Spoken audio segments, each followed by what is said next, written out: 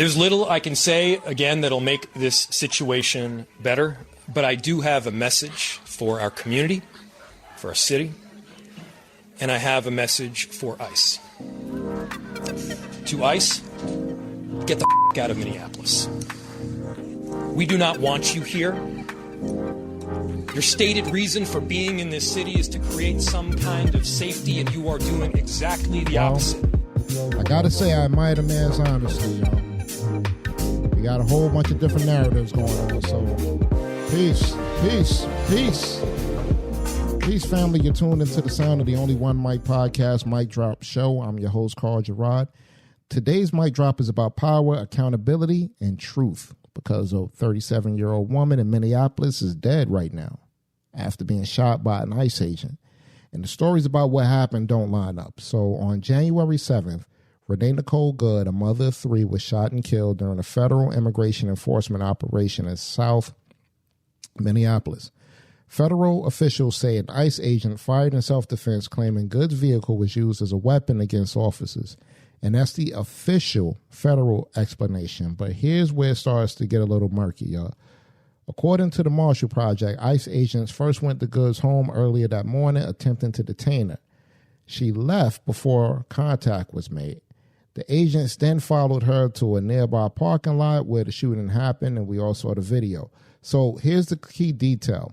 No federal arrest warrant or charging document has been publicly released explaining the legal basis for this enforcement action, and that matters. It matters because when a deadly encounter happens, the public deserves to know why the federal agents were there in the first place. President Trump and the White House officials say Good acted aggressively, and Trump even claimed she was violently and viciously trying to run over this ICE officer. The Department of Homeland Security officials even labeled it domestic terrorism. But now we have the Minneapolis leaders saying that the narrative did not match what they saw. Mayor Jacob Fry, after reviewing the video, flat out rejected the federal story and demanded ICE leave the city immediately. The Minneapolis police chief also said the footage does not clearly show Good's vehicle being used as a weapon. So when you hear these two things going on, it sounds like two different realities, right? All right. So this matters, y'all, and it matters because it's not about this one shooting.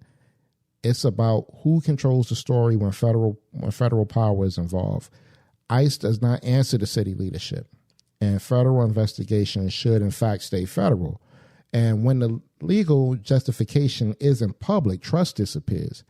And the person at the center of it all, Miss Good, the woman who didn't get a day in court and didn't get any clarity, and overall didn't get to go home, she's the one that, and her family has to go through that. So if federal agents can conduct armed operations without publicly showing a warrant, and local leaders say the official story doesn't match the video, then accountability isn't just missing, y'all. It's being avoided.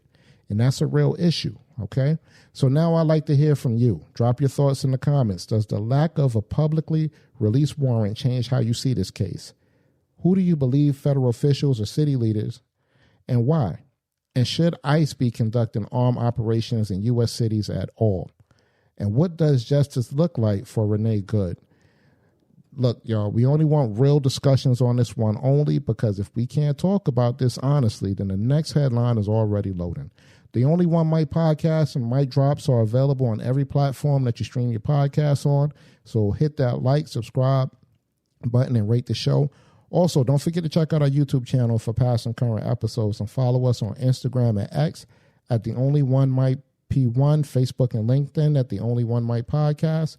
You can email us at theonlyonemic00@gmail.com to comment on this or, interview requests and all. Call us also at 302-367-7219, and your comments might make it on the show, y'all. As always, we appreciate you. Real conversations only, y'all. The Only One Mic podcast, Mic Drop Show, signing off. Peace.